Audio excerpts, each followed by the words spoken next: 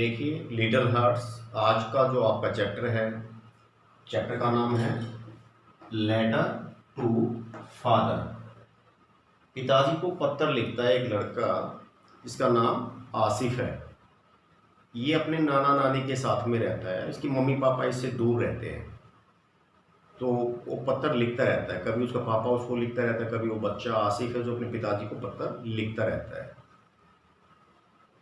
तो लास्ट में जब इसका पिताजी भी उसको पत्र लिखता है तो उसमें अपने बच्चे को, आसिफ को एक संदेश देता है कि बेटा जिस प्रकार से आपको अपने पेरेंट्स अच्छे लगते हैं, क्योंकि आसिफ को अपने पेरेंट्स जो इसके मम्मी पापा दूर रहते हैं वो बड़े अच्छे लगते, याद आते हैं।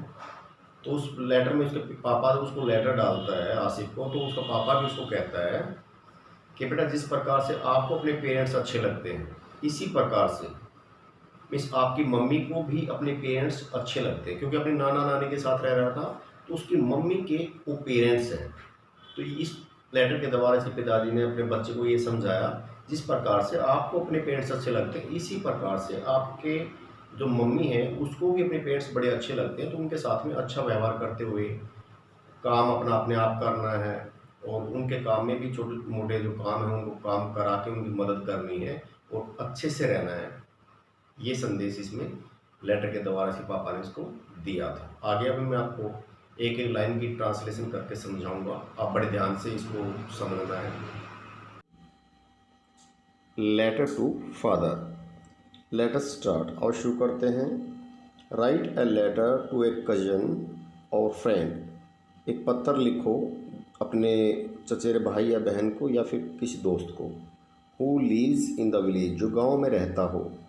About an exciting kabaddi match you played, जो भी आपने कोई भी एक अच्छा कबड्डी का गेम खेला जो बहुत ही एक्साइटिंग था, उसको लेकर के आपने किसी भी कज़न या किसी फ्रेंड को आपने एक पत्र लिखना है।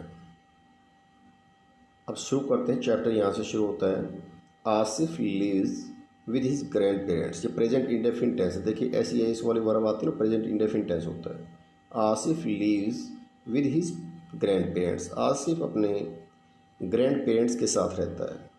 ही ऑफन राइट्स, अक्सर वह पत्र लिखता रहता है, लेटर्स टू हिज पेरेंट्स, अपने पेरेंट्स को, telling them all that is happening in his school and at home. जो घर पर और स्कूल में घटनाएं घटती रहती हैं, जो भी होता है उसके बारे में अपने पेरेंट्स को पत्र लिख करके बताता रहता है। रीड दिस लेटर, इस पत्र को पढ़ो। ही राइट्स, वह लिखता है, टू हिज फादर, जो अपने पापा को पत्र लिखता है। नीचे दिया गया है ये लेटर, डियर डैड लिख के जो भी है, इसको पढ़ना है। अभी इसमें हमने देखना है कि उसने लड़के ने, आसिफ ने क्या लिखा। अब देखिए, डियर डैड, उसने शुरुआत की यहाँ से लिख करके, dear dad I enjoy being with you and mom. मैंने मम्मी के और आपके साथ में रह करके बड़ा एंजॉय किया। ड्यूरिंग द समर हॉलीडेज, गर्मी की छुट्टियों के दौरान। It also feels good to be back home with नानी एंड नानू। ये भी मेरे को अच्छा फील होता है जब मैं वापस अपने नाना नानी के साथ पे घर पे आ गया। स्कूल री ओपन येस्टरडे, स्कूल दोबारा से, ओपन मीन्स खुलना होता है, री ओपन मीन दोबारा से खुल गई, येस्टरडे कल, स्कूल कल दोबारा से खुल गए। I met all my friends, मैं सभी दोस्तों से मिला। A new boy has joined my class, एक नए लड़के ने हमारी क्लास में एडमिशन लिया। नया एक जो स्टूडेंट था वो भी हमारी क्लास में जुड़ गया। I have already made friends with him, मैंने पहले ही उससे दोस्ती कर ली। Actually Miss Rita asked me to be friend him, वास्तव में हुआ क्या कि मिस रीटा ने मुझको उससे दोस्ती करने के लिए कहा। I went and sat down, मैं गया और बैठ गया। In the chair next to him, उस चेयर पर बैठ गया जहाँ पे वो बैठा था, उससे अगले वाली पे।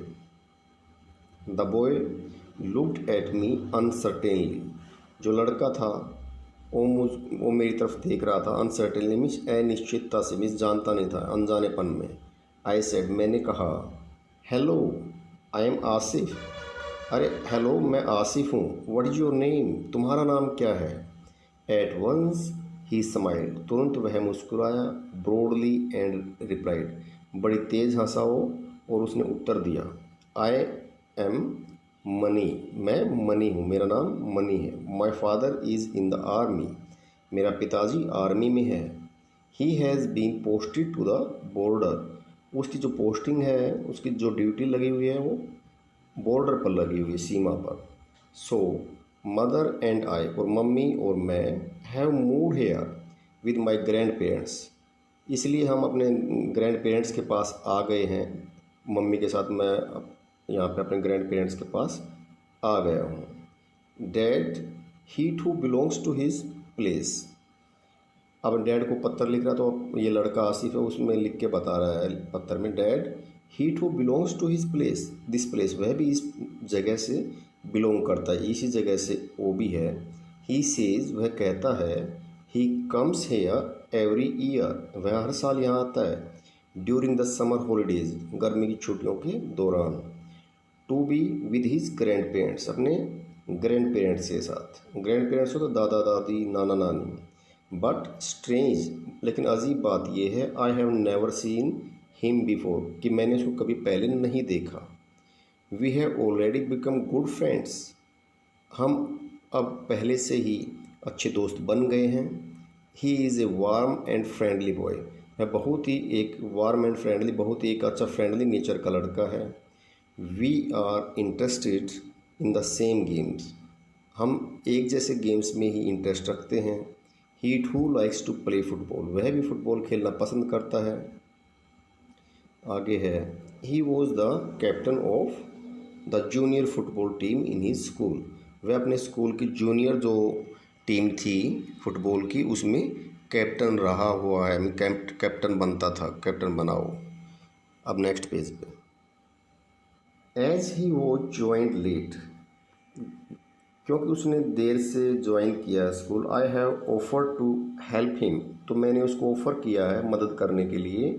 इन हिज स्टडीज़, उसके अध्ययन में, उसकी पढ़ाई में। ही लीव्स नियर बाई, वह पास में ही रहता है। And we have decided to spend 1 hour every day, और हमने डिसाइड किया है कि हर रोज़ 1 घंटा व्यतीत इकट्ठा करेंगे। To complete the syllabus, syllabus को कंप्लीट करने के लिए।